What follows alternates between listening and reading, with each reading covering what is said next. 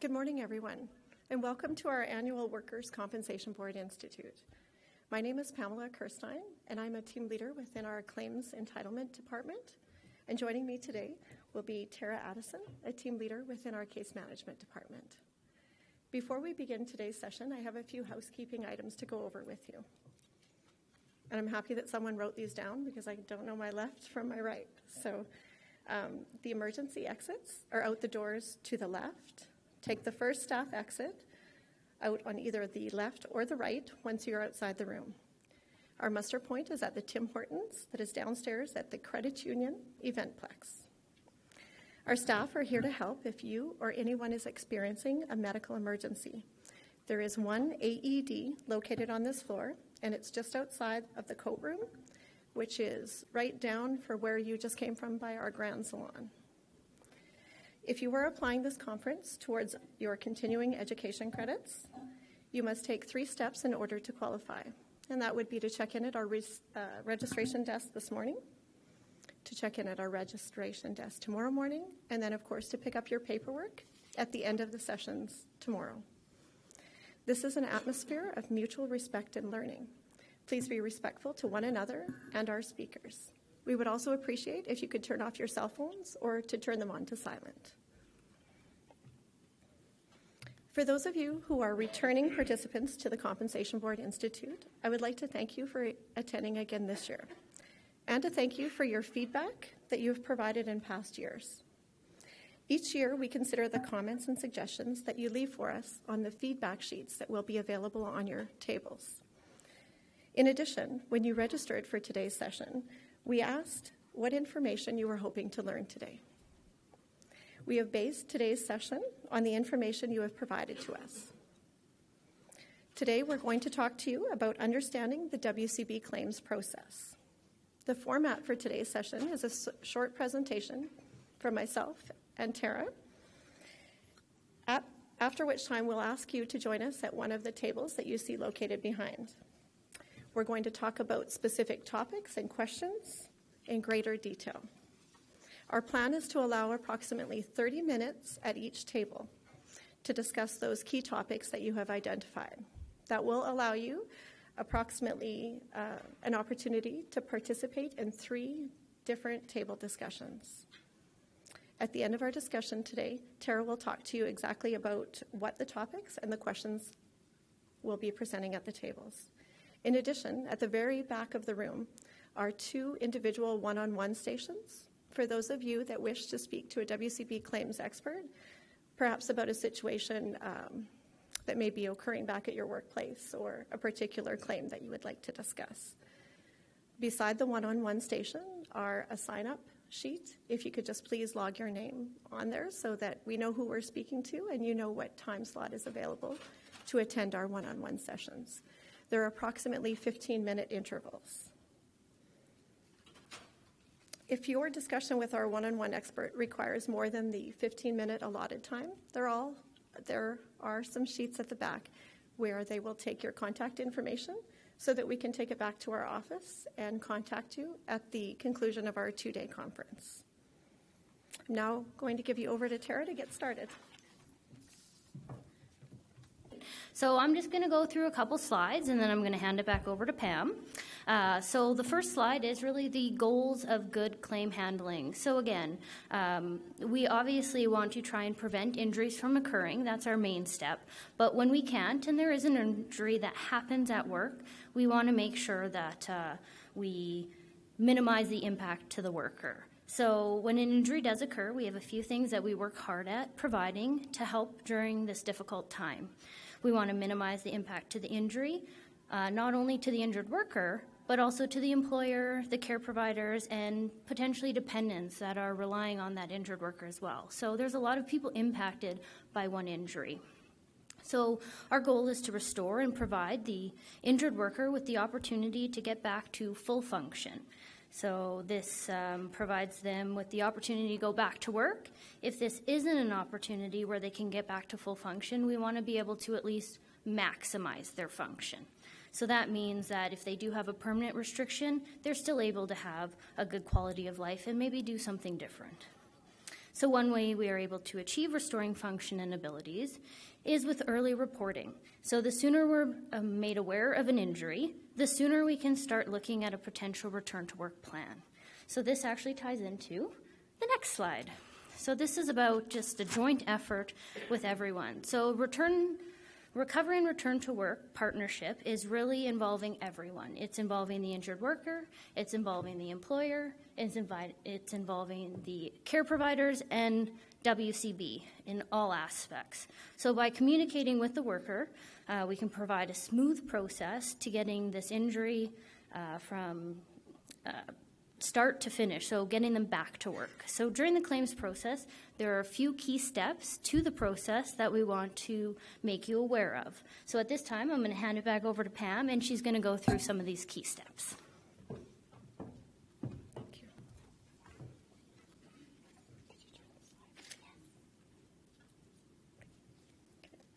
When we talk about the key steps in the WCB claims process, at a high level, what we're really outlining is what each of us needs to do.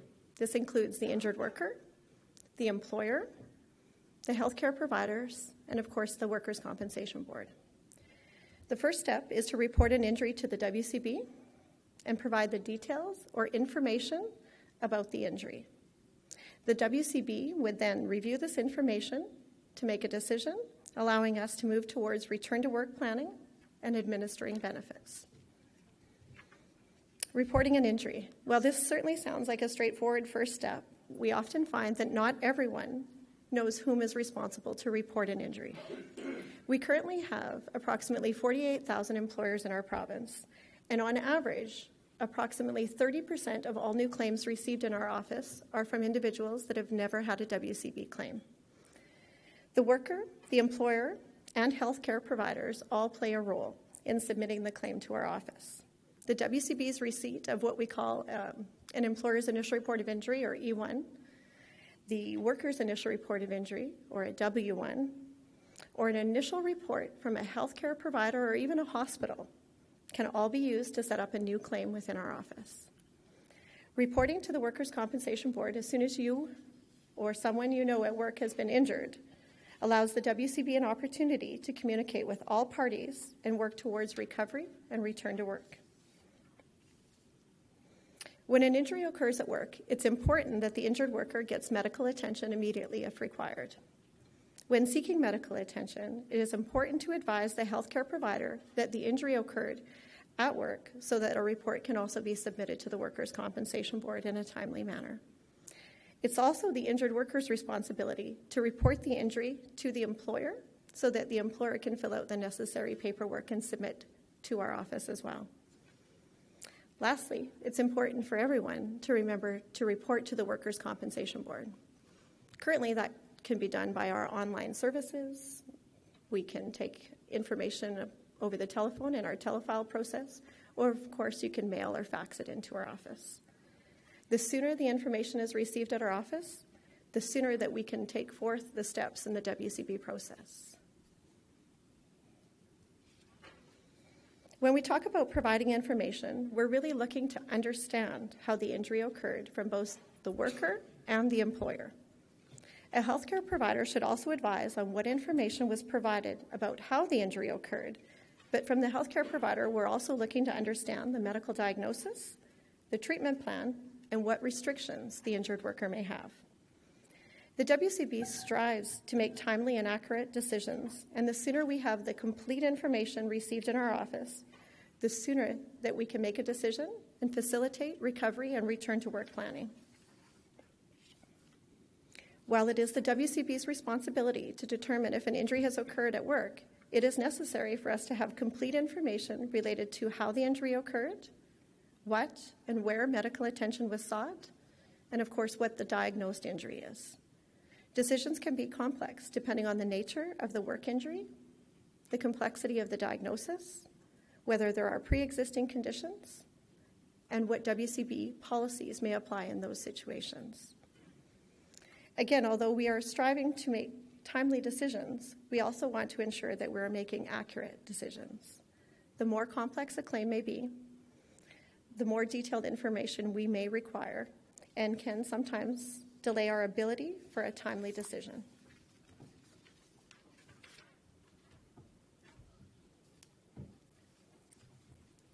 All right, so I'm going to talk a little bit about the return to work planning. So once a decision has been made and we've accepted those claims, it comes to the case management area where we start looking at return to work. So return to work planning is another key element and requires the cooperation of everyone. So WCB is here to help obtain the medical information, contact the parties to help arrange return to works, but it is the duty of both the employer and the worker to participate in a return to work program. So again, the worker has a duty to come to work if the employer has the opportunity to provide either accommodated duties or duties that are within the restrictions of that worker. It may not be the same type of work that they were doing. It can actually be different types of work as long as it is work that is within the restrictions. So it's important to note that we want a safe and effective return to work, and we will always, through WCB, follow the recommendations of the care provider. So the care providers are actually providing us the information that we require to be able to implement a return to work. So anytime that we are calling the employer or asking for accommodated duties, that is based on medical information. So we're not making the decisions without the medical information. So with the return to work and with an injured worker, we do have benefits that we want to make the person as whole as possible during their time of injury. So a lot of times questions come up as to what WCB covers, what does the employer cover. So just a few things to note. So we will always pay for wage loss benefits. We want to provide the worker any missed time. We can provide them wage loss benefits. Sometimes, however, the employer likes to provide the employee with the wage loss benefits to keep them whole, because we do only pay 90% net. So in those situations, the employer is paying the employee. We would then reimburse the employer for those funds. So there's still a reimbursement process. It's just a little bit different than paying the worker directly. But those are the two options when we're paying wage loss benefits. However, there are also other benefits that we provide. So if it's a serious injury, we can pay for prosthetics. We pay for medical reimbursement. So if there's any medication that is deemed important or the doctor provides or prescribes, we would pay for the medication in that regard. Travel expenses, if they don't have normal travel expenses, then they have to travel outside of their hometown to visit a doctor or see a specialist or go for an MRI, physiotherapy, all those types of places that they need to go, we can pay for travel expenses so the worker isn't out any money. One thing, though, that does come up frequently that's asked by employers and workers is benefits programs. So sometimes the worker is on a benefits program through the employer, so that would cover, say, eyeglasses or dental care. That is something that is out of the scope of WCB, so that is something that we can't cover. So that has been asked a few times, but unfortunately that is one thing that isn't covered by WCB because it's not directly related to the work injury. So this is just highlighting again. Those are main key steps of the claims process. So again, there's hopefully with this presentation that Pam and I did, shed a little bit of light for you guys on what are the key steps and what we're looking for. What I would like to do, though, is now invite you. Before I invite you to go to the tables, I want to thank you all for actually coming and listening to us, and hopefully the sessions did provide some insight. So we're going to follow a bit of a strict timeline here, and we have 4 tables. So the 4 tables are going to be forms, return to work, modified duties, communication, what role do I play, and submitting a claim. So there's 4 key tables there. There's the poster boards for you as well. There'll be 30-minute sessions, and we will announce when there's a switch. There'll be breaks in between, so you don't have to worry about, if you have to go grab a coffee or a water or whatever break you need. There will be some breaks in between each session as well. So I'll let you guys just take a quick look at the board. It kind of highlights the main things that we're going to discuss at the table. However, any questions questions that are coming up from you guys, we're not strictly sticking to these questions. Again, we have an expert at each table so that if any other questions arise from the conversations, please ask them. They are there to help. The last part is at the very back. I know Pam had mentioned that there is 2 computers that are available so that we can look up claims or any specific issues that you have with a file. You can bring back there, you can sign up, and we have 2, Jared and Leslie will be helping you out today. Again, if it goes over the 15 minutes or if there's in-depth conversations or research that needs to be done, we may take your name and number and get back to you, but definitely feel free if you have a specific question to go back there to Leslie and Jared, and they will help you out as well. So take a few minutes and work your way back to whichever table you would like. If you feel that our presentation rocked your world and answered every single question, you do have the opportunity to actually go to the other presentation in the other room if you want to take that in as well. So thanks for coming out and take a look, and I invite you to the tables now.